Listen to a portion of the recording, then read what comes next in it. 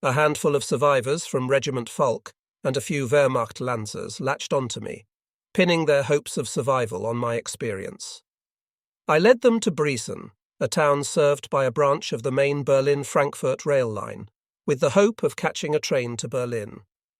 As we marched, there were no soldiers' songs to raise our spirits.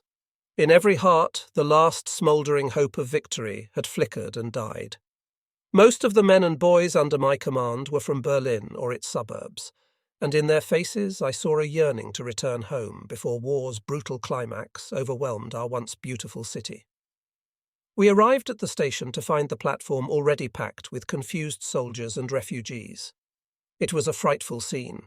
Mothers, their faces white with terror, held their daughters close, knowing they would see them raped before their helpless eyes should they fall into Russian hands. A Wehrmacht officer, freshly shaved and smelling of expensive soap, stood on the platform with 2 leather suitcases at his feet. Stuffed to bursting, they gave him something of the appearance of a rich holidaymaker. "Are the trains still running?" I asked. "I'm told one is due any time now," he replied, looking down his long, aristocratic nose. I waited with my squad at the edge of the platform and stared down the track. Half an hour passed and still there was no sign of a train. The longer we waited, I thought, the more tenuous would be our grasp on life. I gathered my ragtag troop together. "It won't be long till the Russians are on our heels," I said. "Those who wish can stay here, the rest of us will head west." Not a single man in my squad chose to remain on the platform. We had covered only a few kilometers when we came across another mixed unit under the command of a Waffen-SS Sturmbannführer. Being of superior rank, he ordered my ramshackle unit back to the so-called front line. But at least he had the courage to lead us there, which I had discovered was more than could be said for most of the officers from the Wehrmacht. Confronted once more with the ominous sight of brown uniforms, the Sturmbannführer ordered us to make a stand at a line of vacant trenches. By good fortune, or so I thought, I came across an abandoned MG-42, a machine gun with an extremely high rate of fire. Beside it were stacked dozens of full ammunition boxes and an upturned helmet containing a signal pistol and several flares. Ahead, an open field offered little cover, an ideal situation for a machine gunner. It would be easy to halt the Russian infantry in their tracks. I yanked back the charging handle and squeezed the trigger. Nothing. I repositioned the ammunition belt, but the weapon refused to loose off more than single shots or brief salvos of perhaps 10 rounds. As I cursed the stubbornness of the weapon, the sound of foreign voices approaching from behind grabbed my attention. I glanced back to see a troop of Hungarians, young men, 17 or 18 years of age, equipped with nothing more than bolt-action carabiner 98 and a handful of ammunition each. They knelt beside me and fumbled with their rifles. They didn't have a clue how to reload the magazines. I grabbed the nearest K98 and gave a rapid lesson in how to insert the bullet clips into the slot in front of the open bolt as the Russians closed on our position. The young Hungarians learned quickly and opened fire to good account, but there were large gaps in our lines, and a Russian platoon managed to work its way around our flank to where our Sturmbannführer and his men lay in shallow trenches. There was an exchange of grenades and fire from machine pistols, but the Sturmbannführer's position was rapidly overwhelmed. Now, as Unterscharführer, I was again the most senior rank present. Appreciating the threat of encirclement, I ordered the Hungarians to stem the Russian intrusion. They bravely drew their bayonets and threw themselves at the enemy, quickly succeeding in straightening our defensive line for a few vital minutes. The exchange of fire continued, but the Russians, growing in confidence, worked their way closer, crawling on their bellies with only their rucksacks visible through the long grass. After a few erratic bursts, my MG-42 failed completely. With cold sweat trickling down my back, I grabbed the signal pistol from the upturned helmet and fired. A red flame hissed at the tip of an arc of smoke that ended on a Russian rucksack. Squealing in panic, the rucksack's owner sprang to his feet, arms flailing as he tried to beat out the flames that threatened to engulf him. A volley of shots from my Hungarian friends put a speedy end to his struggles. Surprised by their setback, the Russians pulled back a few hundred meters, and I decided to withdraw my men while I still had that option. My intention was to head for the Berlin-Frankfurt Autobahn, in the hope that we would meet up with a viable fighting unit under competent leadership. As we approached the Autobahn, I saw a small group of Waffen-SS men ahead. Among them was an old Kamerad, Rottenführer Alfred Schneidereit. I quickened my pace when I saw the look of surprise on his face. As I drew closer, I noticed he now held the rank of Untersturmführer, and between the lapels of his tunic hung the coveted Knight's Cross. Despite his higher rank, we shook hands warmly. "Ah, Irwin," he sighed. "What a mess we're in now, a real mix-up. Nobody seems to know what the devil is going on. Not like the old days when we ran the Russians ragged all the way to Rostov. I see you've recovered well from that splinter you took at Prokhorovka." "And what's this, the Knight's Cross?" I remarked. A wide smile lit up his battle-blackened face. "Picked it up in December 43 for taking out a tank or two. The Führer himself presented it." We talked a while longer before I set off once more to the west with my little band. With hunger gnawing at our stomachs, we came across several Wehrmacht soldiers standing guard at an ornate wrought-iron gate, the entrance to a rich country gut estate. I asked the Feldwebel in charge if he knew where we could get something to eat. "I can't help you," he replied. "You'll have to get written permission from the general if you want food." "Where is he?" "In the Gutshaus at the end of the driveway." When I tried to pass through the gate, the bayonets on the guards' rifles barred my way. You can't go in there without a pass. It was a classic catch-22 situation, but after pleading with the Feldwebel, he eventually sent one of his men to obtain permission for me to enter the grounds of the estate. The guard returned after about 15 minutes. "You can see the general," he said, pointing a finger at me, "but your men must stay here." I walked as fast as my weary legs allowed along a tree-lined driveway until I reached the Gutshaus, where a pair of sentries guarding the door allowed me to enter without further questioning. Countless antlers decorated the oak-panelled walls of the Gutshaus's great hall, where a party of high-ranking officers sat at a long table warming snifters of cognac in the palms of their hands. As I marched up to them, a middle-aged general waved a cloud of cigar smoke from his face. "Yes, what is it?" "Herr General, my men and I have been without food for some time now. We urgently need provisions." "How many men do you have?" "About 20, Herr General," I replied. "Ah, 20. I don't think we could supply food for that many, but I can offer you something. Why don't you join us, eat as much as you like?" said the general, stretching an inviting arm over the food-laden table. "No, thank you, Herr General," I replied. As a Waffen-SS man, it would not be right for me to eat while my men went hungry. "But you must eat," insisted the general, his index finger wagging as if scolding a naughty child. "As leader, you must keep your strength up. How else would you have the energy to keep your wits about you and command your men effectively?" By this time I was becoming somewhat exasperated. What good would it be if I had a full stomach and my men were too weak to fight? I cast a deliberately malicious stare in his direction, and, without waiting for dismissal, spun on my heels, muttering, "How could we ever win this war when we have leaders like that? I hope the Russians get hold of that bastard and he gets what he deserves." Perhaps my thoughts had been too busily engaged in thinking of food to pay much attention to the landscape, so I cannot say how far we walked in our state of abject hunger, but as we passed a bullet-shattered barn, I stopped to sniff the air. Roast pig. The words slavered from my lips involuntarily. "Wait in the barn," I said to my men. "I'll find out who's doing the cooking." A little farther on, I came across an army command post set up in a house a little way from the roadside. After negotiating my way past a myriad of sentries, I found myself in the makeshift office of a Wehrmacht general. "Ah," said the general, as if he didn't have a care in the world. "What is it I can do for you?"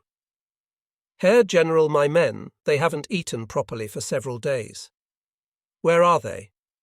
"In a nearby barn. I left them there to rest." "And are they in good spirits?"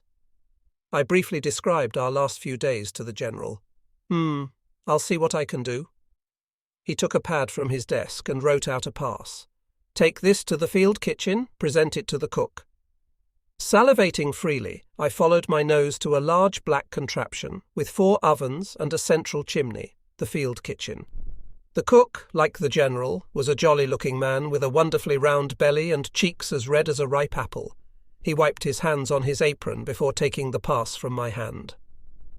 "Ha! You're in luck, my friend," said the cook, snatching a dish towel from his shoulder. He bent to open the door of an oven and pulled out a roasted piglet on a large metal tray, placing it on top of the oven before handing me the dish towel to protect my hands. Desperate to eat, I had already turned to carry my prize to the barn when he called me back. "Hey, hang on a bit," he said, going to a second oven from which he conjured another tray, this time piled high with roast potatoes. I could hardly believe my famished eyes. With a large ladle, he transferred a generous heap of potatoes to the tray in my hands. "Don't bother bringing back the tray," he said. "I don't think we'll need it." In the dim light of the barn, every eye sparkled when I arrived with the bountiful tray of food. Involuntary grunts of delight burst from every mouth. We ate until our stomachs bulged and packed the remaining food to take onwards, keeping to the cover of forests as far as possible. I'm sure it wasn't long before that wonderful field kitchen became Soviet property. The wind breathed in sorry sighs.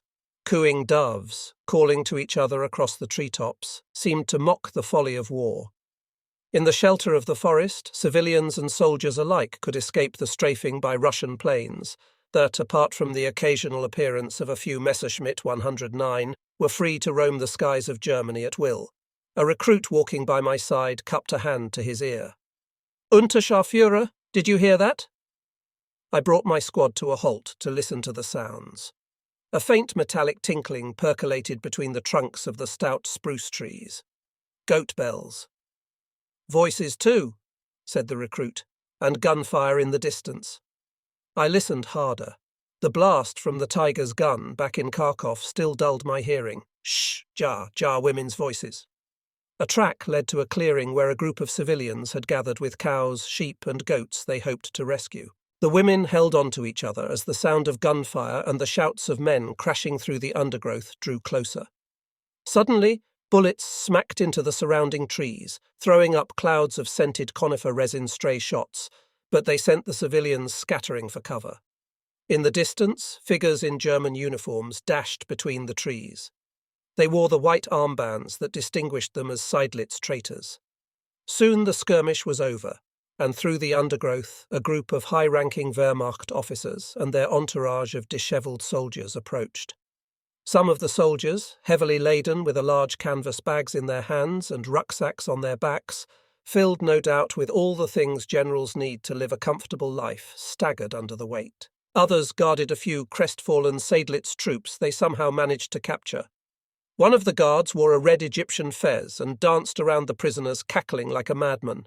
An officer called out, "Hey you from the SS, you won't mind shooting this lot? They're your prisoners," I called back scathingly. "I don't do that sort of work, why don't you shoot them yourself?" Hardly able to believe that I had spoken to a senior officer in such an abrupt tone, and not wishing to have any more to do with this bunch, I led my men away. When we were out of earshot of the Wehrmacht unit, one of the recruits, a smart lad, laughed. "Unterscharführer, it's lucky they didn't see your rank insignia, they might have had you shot for insubordination. But your soft cap does make you look like an officer." I decided to lead the remaining men in my troop to our old training ground at Alt-Hartmannsdorf, near Spreenhagen, where I hoped to find the remnants of Regiment Volk. When we were within a few kilometres of the village, an open-topped VW Kubelwagen at the head of a column of 3 trucks approached from behind. I brought my men to a halt at the side of the road to let them pass, but the Kubelwagen skidded to a halt as it came alongside. In the back seat was a Waffen-SS officer with 4 silver pips on his collar. "I'm Sturmbannführer Junghans," announced the officer. "Which unit are you with?" "Regiment Volk, Sturmbannführer," I replied. "We were at Lichtenberg when the Russians attacked." "Ah, Volk. My brother is in Volk. Look here. I'm in charge of a regiment of foreigners, Hungarians mostly. It would be good to have German voices around me again. You and your men could join my unit, act as my bodyguard." Despite his high rank, his words sounded more like an offer than an order. "Jar, of course," I replied without a second thought. "My recruits crushed into a truck while I joined Jungens in the Kubelwagen. I've set up my command post in a cellar of a farmhouse close to Spreenhagen. said Jungens in a friendly tone as we bumped along the country road. "When we arrive, I would like you to form your men into a guard detail, then report to my office." My spirits lifted by the prospect of having an experienced officer to rely upon, I enthusiastically replied, "Jawohl, Sturmbannführer." When I called into his office, Jungens handed me an envelope saying, "Here, read the papers inside and sign them." I glanced through the papers briefly, noticing that Jungens sometimes went under the name of Obersturmbannführer Hengstmann. I thought it strange that a man should have two names, each with different ranks and dates of birth, but made no comment to him at the time. I signed at the bottom of each of the pages and returned them to my new commanding officer. The following day, I travelled with Jungens in the back seat of his Kubelwagen on a tour of inspection of our defensive positions, and, having got to know him a little better, felt I could speak freely to him. "Sturmbannführer, how did it happen that you have two names?" "If you had read my papers more carefully, you would understand," he replied with a secretive smile. He reached inside his camouflage jacket. "Here, have another look," he said, handing me the envelope. "And by the way, if it looks like the Russians have a chance to grab me, I want you to shoot me. From now on, these papers stay with you. If anything happens to me, you must burn them so that not a trace remains." When the opportunity presented itself, I read the documents carefully and learned that before the war, Jungens had been an espionage agent in Russia for 7 years and had lived in South America and spoke 7 languages. There were other details of his life that after nearly 70 years I cannot now remember. A little farther on, we stopped at a command post set up in a house. I followed Jungens past the guards at the door and down a short flight of stairs to a cellar where we found Obersturmbannführer Rosenbusch sitting at a table with his head in his hands. In the background, lesser officers were artificially engrossed in shuffling papers around their desks. Evidently, Rosenbusch no longer had the imagination to believe in our ultimate victory, nor the composure to mask his doubts. "I can't go on," he sobbed. "This is the end. We are all going to die." Although apparently inferior in rank, Junghans grabbed collar of Rosenbusch's tunic with both hands, yanking him to his feet. His face contorted by contempt, he snarled, "Look at you. You're a disgrace, snivelling like a stupid little girl. We all die, it's how we live that counts. Honour and loyalty, we live by these things. Why are you not with your men?" Rosenbusch turned his face from the storm of saliva droplets spewing from Junghans' mouth. "I came back here to coordinate our defence. Everything is out of control. There's nothing I can do, we're finished." Junghans pulled Rosenbusch closer until their foreheads pressed hard against each other. "Get back to your men," he snarled. "Show them respect, keep your fears to yourself, and show them courage." Suddenly he flung the trembling Obersturmbannführer back into his chair. "Bastard, I should shoot you right now." Our route back to Junghans' command post took us through Markgrafieska, where white sheets hung from the windows of the scattered houses. There was the crackle of rifle fire, and some shots kicked up the dirt close to our Kubelwagen. "Obersturmbannführer, I know another way to Spreenhagen through Spreo," I yelled above the revving engine. "We should take the next turning." As the driver swung the Kubelwagen into a country lane, a few bullets pattered through the bodywork of our vehicle without, fortunately, damaging the fuel tank or tyres. Travelling the back roads, we came to the outskirts of Spreo, where a grey-haired man wearing a waistcoat waved at our approach. Junghans tapped the driver on the shoulder. "Pull up, let's hear what he has to say." There was a look of despair on the old man's face. "The Bolsheviks are in some of the houses already," he explained. "I thought I would get out while I could. Watch out, don't go over there," he said, pointing to a house off to the side of the main road. "The owner of that farm is luring our boys into his house. He's in cahoots with the Russians and they shoot them when they go in. They've already killed men from the Waffen-SS. "Thanks for the warning," said Junghans. As we drove into the village square, the sight of dead German civilians and Waffen-SS men confronted us. Having gathered sufficient intelligence on the extent of the Russian advance, we returned to Junghans' command post, where 2 trucks waited in the yard, engines running. "Check what he's got for us, Unterscharführer," ordered Junghans as the driver brought the Kubelwagen to a halt. You'll find me in my office when you've completed the inspection. As the Kubelwagen left the scene, I approached the driver of the first truck. Ammunition? Ja, ammunition, repeated the driver curtly. I looked under the cover on the back of the first truck. What idiot sent this? We need machine gun ammunition, not 88mm shells. Wait right here. I went to the command post to report the delivery of the 88mm shells to Jungens, who instructed me to tell the truck drivers to take them back to where they came from. On returning to the farmyard, I found the trucks had already unloaded their cargo into the nearby barn, a building with a timber roof and open sides. Here, said the driver, thrusting an invoice at me. Just hurry up, will you sign this? The trucks left in suspicious haste. As I made my way to Jungens' office to report my concerns, the barn disintegrated in a searing flash. Shards of timber rained down, then a mist of fine dust. One thought ran through my mind: Seydlitz troops. On the 26th of April, a column of Tigers and Panzer IV belonging to Obersturmbannführer Kausch's Schwere Panzer Abteilung, 202, appeared. Just what we need, said Junghans with a wide smile lighting up his face. I've been waiting for a chance like this. He strode over to the first tank, a Tiger, to greet the commander who perched proudly in the open turret. There's a little matter I would like to deal with, said Junghans. The Russians are close by in Gutskabi. I'll take a command of this tank to lead the attack. The tank commander protested. This is my tank. We are on our way to Berlin.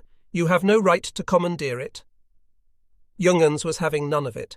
He climbed onto the Tiger and simply yanked out the commander and set off in the direction of Gutskabi, with my men and me trotting along behind the tanks for protection. As Junghans' Tiger passed through the gate at the entrance of the Gutskabi grounds, there was the metallic thump of steel against steel. Smoke belched from the open turret of Junghans' Tiger. I tried to get to the burning tank, but was turned away by medics whose ambulance seemed to have appeared from thin air at precisely the right moment. Ignoring my demands to accompany my commanding officer, the medics loaded Junghans into the back of the ambulance and whisked him off to the first aid post at our headquarters, where he died soon after arriving. I still had the papers listing Junghans' exploits inside my tunic, and true to my word, I burned them, then broke up the ashes until I was certain that even in these, not a word could be read. Following the death of Junghans, I received news that Rosenbusch had shot himself. Without a competent officer left to lead us, and with the enemy threatening to overwhelm our command post, I decided it was time to split from the remnants of Junghans' unit. And since it was now abundantly clear to me that Berlin was about to become a death trap, I decided to make for the forests to the south of our wrecked capital city. Without a map or compass, I took my bearings from the sun and set off with nothing more specific in mind than to avoid the Russian units that by now would be pushing towards Berlin. With hunger again clawing at our bellies, we found ourselves at the entrance of a deserted farmhouse in heavy rain. I put a sentry at the door, a youngster called Memoirs, while the rest of us went inside. As my men rested at a large table in the hall, I explored the cellar where I came across a cardboard carton full of tin cans. Silently thanking the absent owner, who had wisely taken the trouble to accumulate a good supply of food, I carried the carton up to the hall and set it on the table. "Sardines!" exclaimed one of the young men as he ripped the carton open. "I love sardines!" When I had eaten my fill of fish, I returned to the cellar to see what else I could find. Empty-handed, I trod up the stairs and saw, sitting at the table where my men had been only minutes before, a Russian soldier gobbling the leftovers from our sardine tins. It was his last meal. As he snatched for a handgun on the table, I pressed the trigger of my machine pistol and the Russian recoiled on his chair. This was no time to hang about. I ran to the front entrance of the building only to stagger to an abrupt halt when I saw a Russian tank, engine running, in the front yard. Fortunately, the crew had not heard the burst of fire that dispatched their comrade. What now? And where was the sentry I had posted? At that moment, the tank's engine fell silent. I slunk back inside the farmhouse to look for an escape route and found my recruits gathered in a room at the rear of the building where two dusty windows, too small for a man to climb through, looked out onto a walled garden.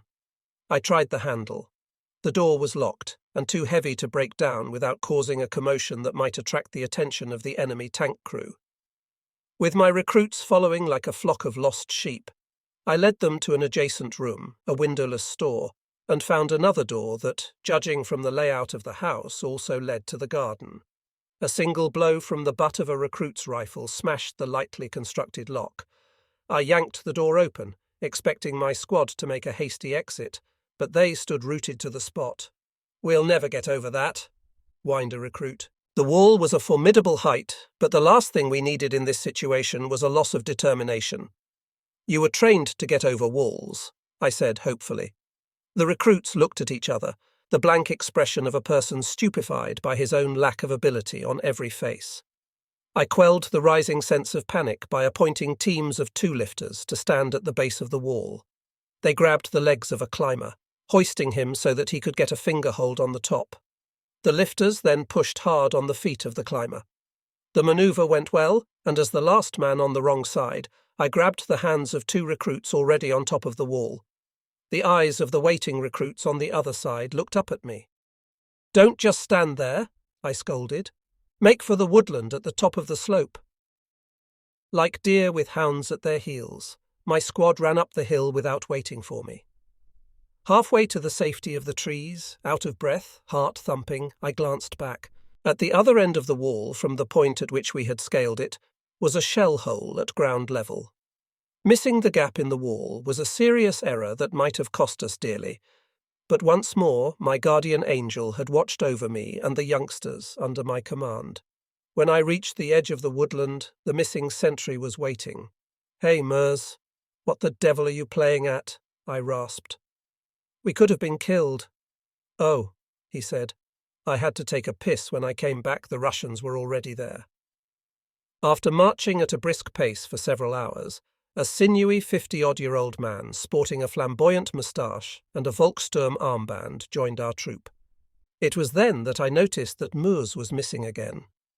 We continued through woodland until we reached a clearing where there was a large stone house, the forest manager's house set beyond a wall with an open gate carrying a carved sign with the inscription, "Forsthaus Hammer." 3 butterflies danced nearby, one above the other, white as angels in a brief burst of sunlight that somehow managed to perforate the thick cloud. Taking cover amongst the dripping trees at the edge of the forest, I observed the house until certain there were no Russians in the vicinity. I selected 3 of my squad to help me inspect the building, while the remainder covered the approaches. The front door stood a little ajar, giving the impression that someone was at home. Music played on a radio in a side room, the overture to Der Freischütz by Weber. I knocked on the door. "Waffen SS." There was no reply. My finger hovered near the trigger of my machine pistol as my foot eased the door fully open.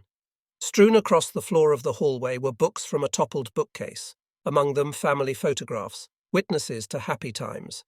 A call came from outside. "Unterscharführer, come quickly." On the wet grass by the side of the house sprawled a man's barefooted body. It was a Russian habit to take the boots from their victims. Fresh blood outlined the stumps of his broken teeth. His face, nut brown from working in the open, wore a look of unutterable anguish. Spread out a few meters to the side were the bodies of a woman and 3 young children, all girls, all naked, each with private parts butchered by bullet or bayonet. "I hope they killed him before he saw what happened to his girls," said one of the recruits. "I doubt it," I sighed. "But this is no time to think about these matters." I took a deep breath and swallowed the anger in my throat. "The Russians must be close. Search the house for food before we head off."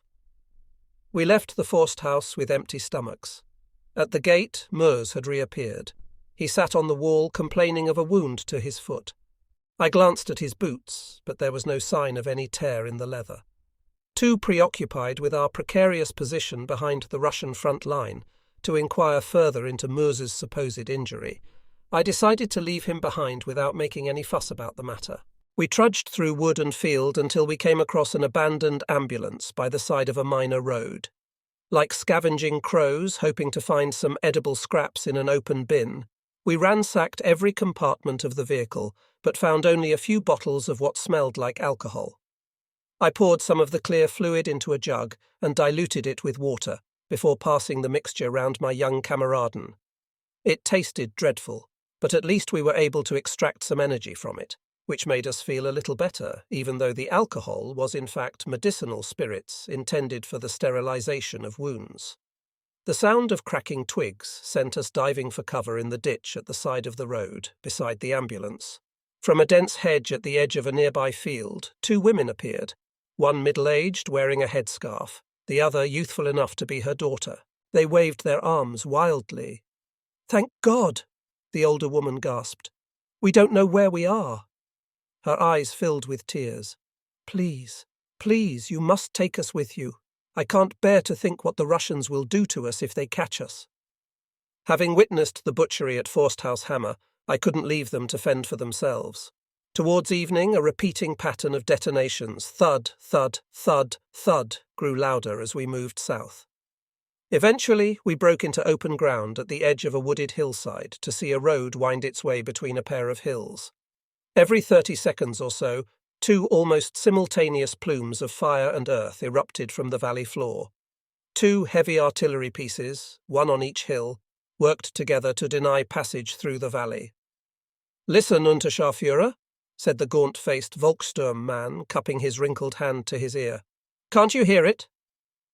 In the lull between the detonations on the road, the rumble of continuous artillery fire loomed up from the south. Of course, it had been present all the while, but I had become immune to sounds that posed no immediate threat. "The Russians are in Halbe," said the old Volkssturm man. "I was in the last war. I can tell the difference between a skirmish and a full-blooded battle. What now?" "You know this area?" I asked. Having neither map nor compass, I reckoned the old man's knowledge might prove invaluable. "I do, indeed I do," said the old man. "My daughter lives near Halbe." I looked into the faces of my little troop, the wide-eyed Leibstandarte recruits who, bound by their oath of loyalty to the Führer, were prepared to follow wherever I led, the old Volkssturm man itching to travel on to his daughter's home, the 2 women shaking in terror. Should we join the battle at Halbe? What would happen to the women? We were a small force, too small and too lightly armed to defend ourselves, let alone influence the course of a major battle. I pointed to the valley. "Where does that road lead?" "Past the lakes to Kummersdorf eventually," replied the old Volkssturm man. "But surely we must help our kameraden in Halbe.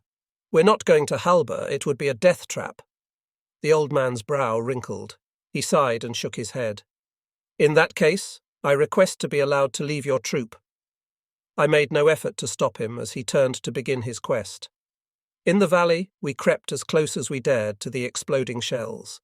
A pattern emerged. The gun on the right fired, then the gun on the left. The shells fell close to the road, striking almost simultaneously the same spot on every occasion. I timed the seconds between the detonations on the watch my mother had given to me as a Christmas present, never more than 30 and never less than 20. During this brief interval, I sent my men through 2 at a time. When all but the 2 women and I had run the gauntlet of fire without loss, I slung my machine pistol onto my shoulder and stretched out to grasp a hand of each of the women. Their cold grip squeezed hard on my fingers as we waited for the pause in the shell fire. We had not quite made it through the valley when a shell exploded nearby with a deafening crack. A splinter cut through the ankle of my right boot. Warm, fresh blood soaked into my sock, but I was able to keep on running. When we reached safety, I discovered I had suffered nothing more than a flesh wound that a couple of stitches could easily fix. I applied a field dressing to prevent dirt getting into the wound. The last thing I needed was an infection that would hinder my escape from the Russians. The 2 women hugged each other, then me. The hellish rumble battle emanating from Halbe faded into the background as we continued our trek to the west. Soon our little band became the focus of hope for every German that spotted us, and I found myself in command of a column consisting of Hitlerjungen, Volkssturm men, Wehrmacht soldiers who had been separated from their units, and women burdened with sacks of household goods and children clinging onto their coat-tails. Strangely, though there are many lakes in that area of Germany, I cannot recall seeing a single one of them. At night we paused for a few hours under the cover one of the many woods found in that area until the sound of approaching small arms fire suggested it was time to continue our escape. As we broke from the cover of a forest, I was surprised to see the radio masts of Königs Wusterhausen in the distance, a familiar landmark that told me we were close to Zossen, a town lying to the south of Berlin. Unfortunately, a troop of Feldgendarmerie, military police, spotted us.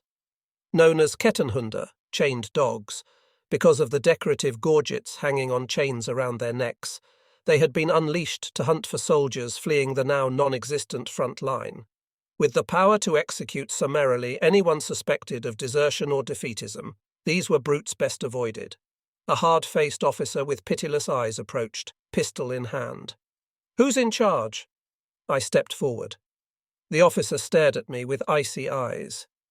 "We lost our way in the forest," I lied. To admit fleeing the enemy would have brought instant execution.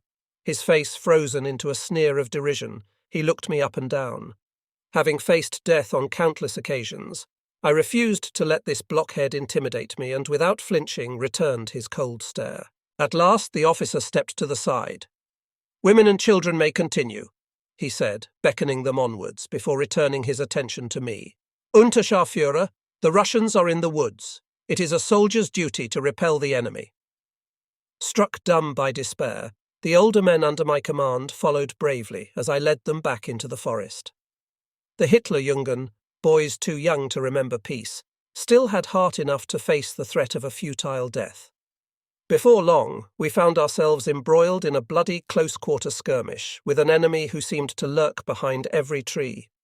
Bullets ripped through the foliage, smacked into the bodies of my kameraden. We were quickly outflanked. Leaving the wounded to their fate, I pulled my troop back to edge of the forest, where there was now no sign of the Kettenhunde they had already left to save their own skins. After the pointless sacrifice of another dozen lives, those of us who had survived were free to continue our escape.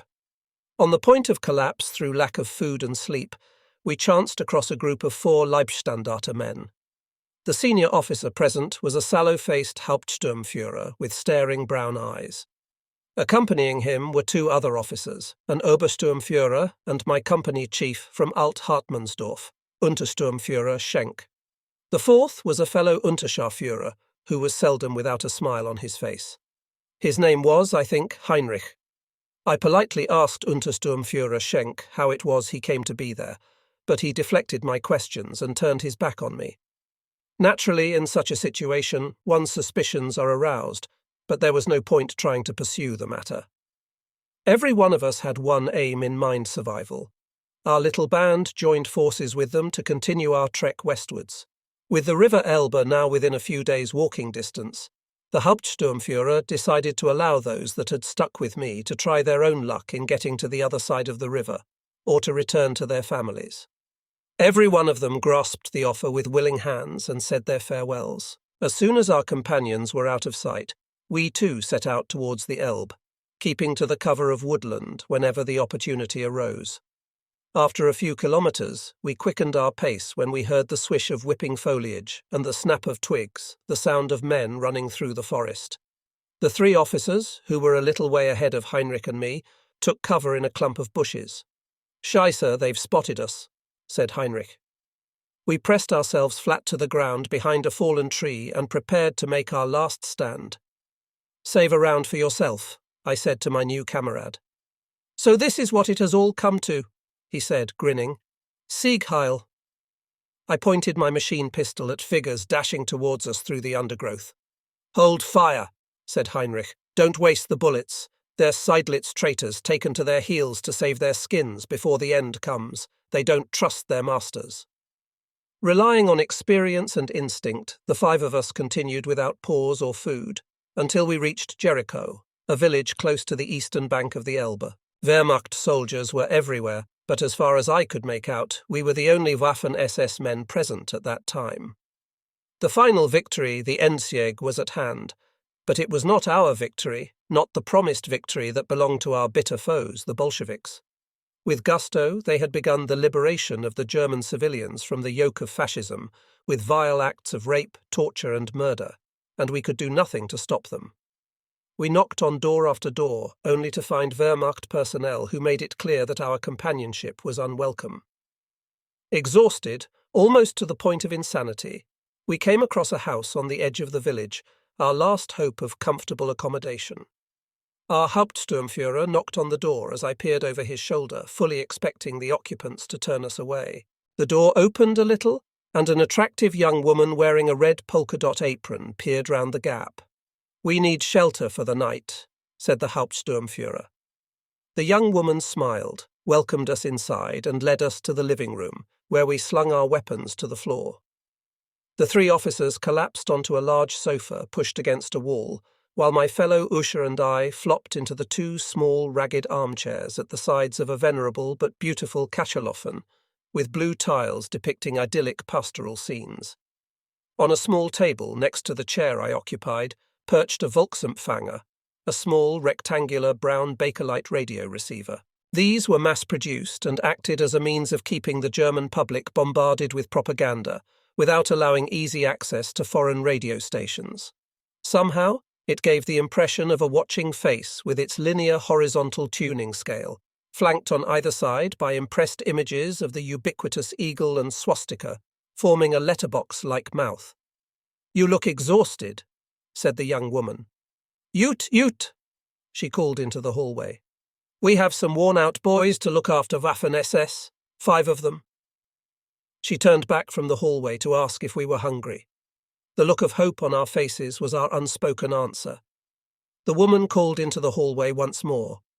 "Ute, come downstairs and help me make sandwiches with that sausage we have left."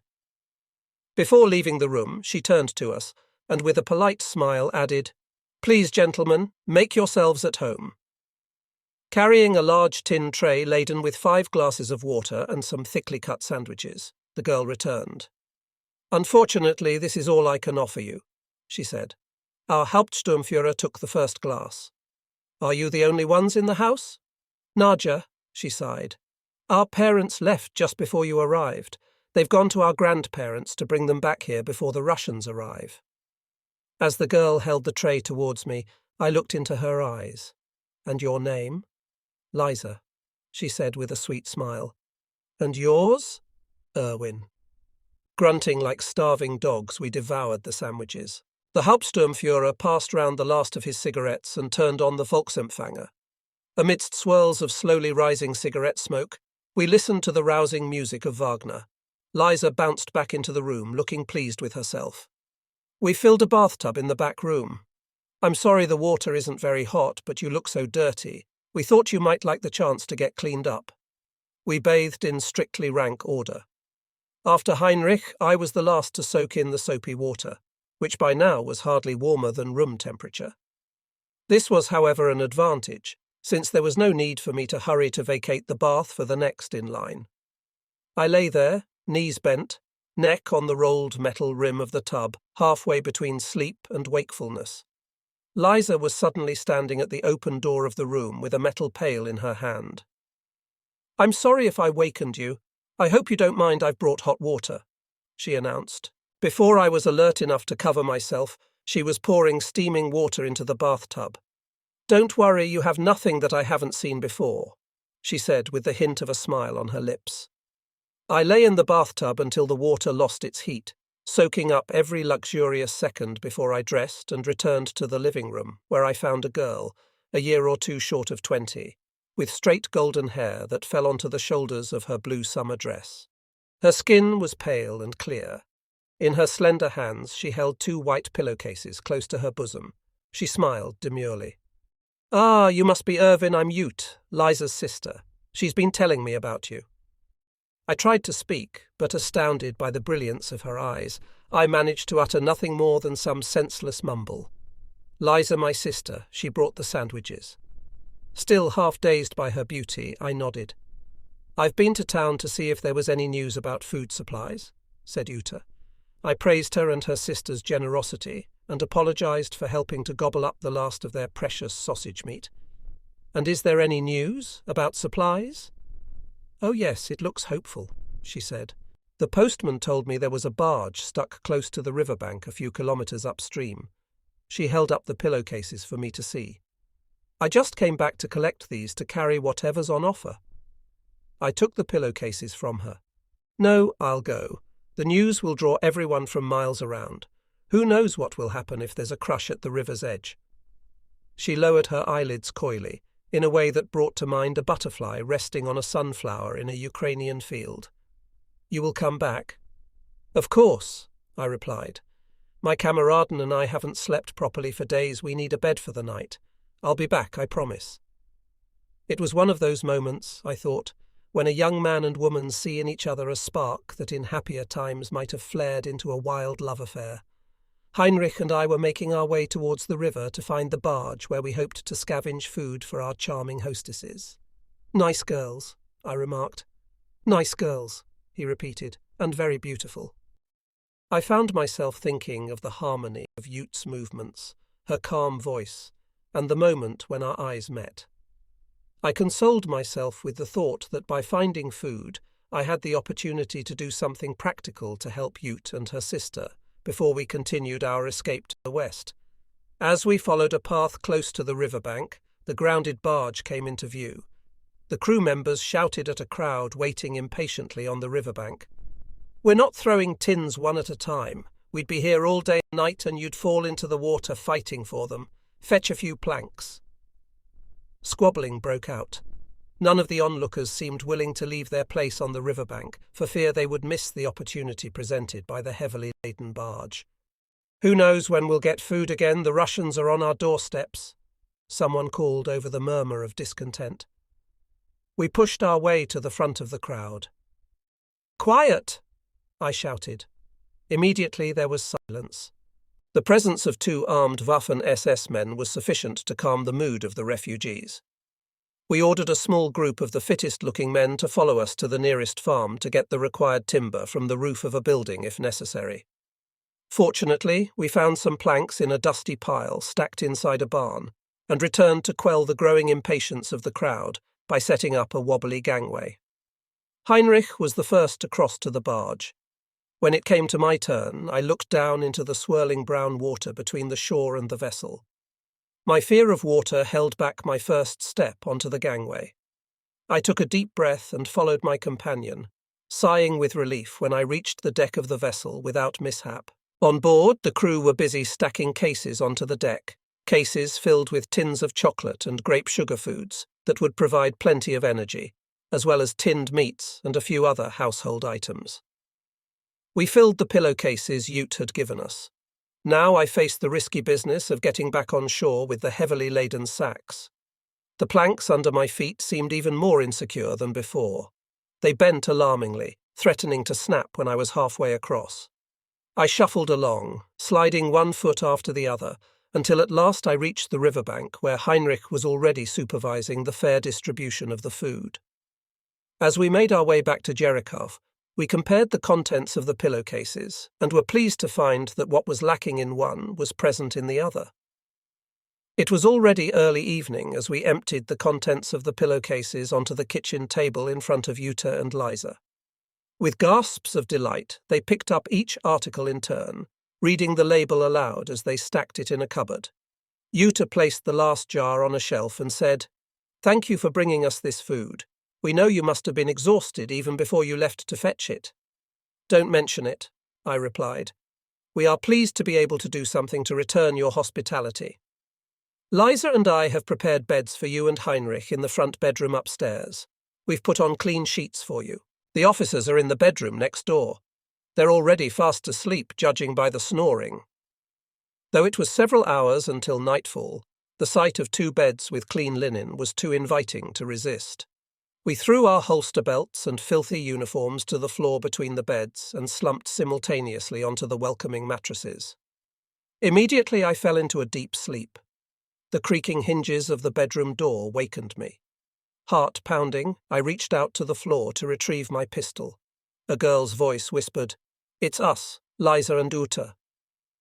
In the soft grey light of dawn, the 2 girls stood at the open door, each clad in a nightdress of pure white cotton. Jutta smiled, her teeth luminous in the half-light. On the other bed, Heinrich was sitting upright, his mouth wide open. Jutta slowly undid the tie at the front of her nightdress, opening it just far enough to reveal the rise of her breasts. At that moment, she was the most beautiful girl I had ever seen. Gracefully, she opened the garment wider so that the front of her body was fully exposed, her nipples erect in the chill dawn, her skin smooth and silvery. At the fork of her legs, wisps of fine pubic hair caught the light like threads of gold. "We've come to sleep with you," she said, glancing at her sister, who shyly nodded her head, "if you are willing." Her nightdress slid to the floor. Liza, her breasts small and firm with large pink areole, followed her sister's example. Completely naked, they stood at the end of our beds, an enchanting sight for two soldiers who had endured nothing but fear and exhaustion for the last 10 days. "The Russians will be here soon, and we will be raped many times if the stories the refugees told us are true," said Uta as she took her sister by the hand to lead her between the beds. "If we are to get pregnant, we don't want the children to be Russian." Liza climbed into Heinrich's bed.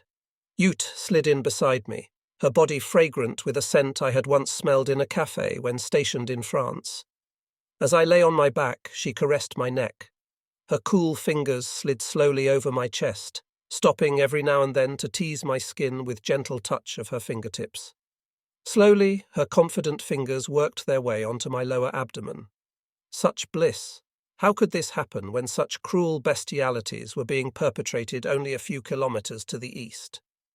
I closed my eyes to concentrate on the moment, to expunge all thoughts of war, of hatred, of death. The tips of her fingernails now sent quivers of pleasure racing to my groin. This wasn't the love a young man should experience. Where was the period of infatuation, the thrill of the first hesitant kiss? But it didn't matter, I was gripped by desire, and every second, every teasing motion of her fingertips, prepared me for the moment our bodies would join. Ute's skilled touch soon achieved its aim. She straddled my body, oblivious to her sister who now lay on the other bed under Heinrich, and began a slow rhythmic movement. She paused, took my hands, pressed them against her breasts, and leaning forward slightly, her tempo began anew. Slow at first, but gradually gaining momentum. I was lost in a whirlwind of pure physical delight, a pleasure that seemed to stem from somewhere deep inside my soul. I bit my lip hard, hoping the pain would quell my rising rapture and prolong our pleasures. But it had been a while since I had been with a girl. How much longer I lasted, I cannot say. Time was irrelevant.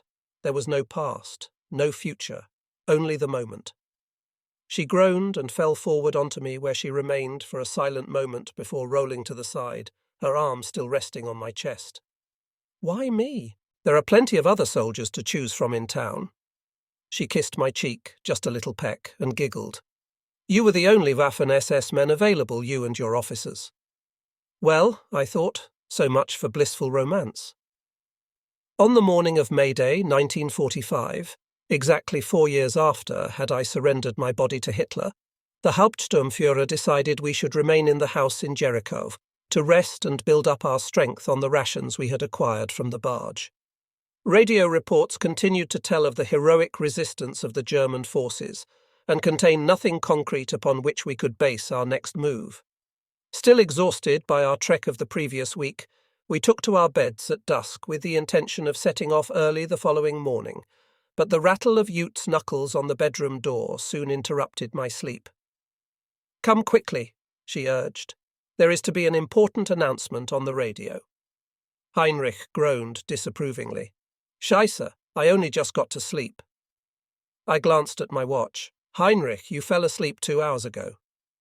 Ute's footsteps rattled neatly down the bare wooden stair treads. We pulled on our trousers and staggered sleepily down to the living room to find Ute, Liza, and our 3 officers listening to Wagner's Tannhauser on the radio.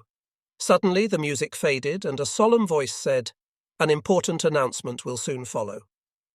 The music changed to the somber twilight of the gods. A few minutes later, the strident voice of the radio announcer called out, "Achtung! Achtung! An important announcement to the German people will follow shortly. It's the Wunderwaffe. We've won the war with a new wonder weapon," exclaimed Liza, jumping to her feet, her words echoing those of my father just a few months earlier. "Sit down, Liza," said Ute with more than a hint of impatience. "Just sit and listen." We waited expectantly in the unlit room until just before 10 p.m., when an announcement on the radio said that Bruckner's Seventh Symphony was to follow. I recalled that our teacher, Herr Werth, had described this music as monumental before playing a recording of it to our class. Bruckner, he told us, had included tubas in the symphony's adagio to honour his friend Wagner. It was not the sort of music to precede a declaration of victory. I went to the window, pulled back the blackout curtain, and gazed numbly into the dark, deserted street. Drum rolls brought Bruckner's symphony abruptly to a close. In the blistering silence, I bit hard on my lower lip. "It is reported," said the announcer, "that our Führer, Adolf Hitler, has fallen at his command post in the Reichskanzlei, fighting Bolshevism to his last breath." I gasped at the air, as if it were the very first breath of life. The predatory zeitgeist that had perched on my shoulder, whispering its seductive promises into my fervent, youthful ear, had suddenly flown.